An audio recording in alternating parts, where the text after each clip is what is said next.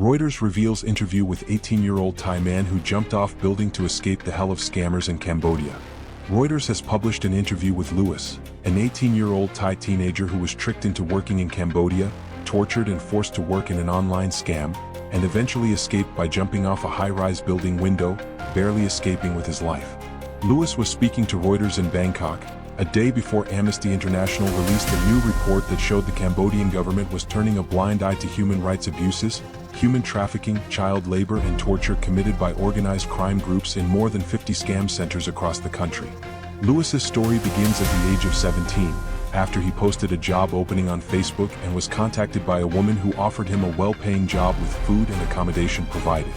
She persuaded him to travel to Bangkok, his first time out of his home province, and then the woman told him to continue to the border, where he was taken to a building, one of at least 53 scam centers in Cambodia confirmed by Amnesty.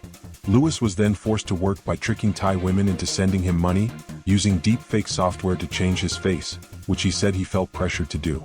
About a week later, he was sold to another scam center near the Vietnamese border, which was like a prison. The scam center where he was locked up and forced to work was a building surrounded by high walls and barbed wire, guarded at all times by men armed with electric batons, and operated by a Chinese criminal gang. He had to endure harsh conditions, living like a slave, being forced to work from morning until midnight and being severely punished for more than a year, along with many child victims, some as young as 13 years old.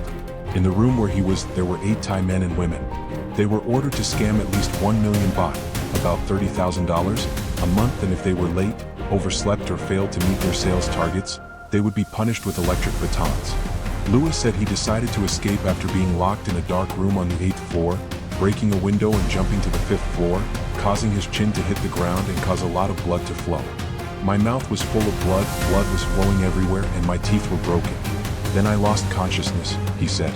While the criminals stripped him of all his clothes, they took him to the hospital and from there he was able to return home on his own.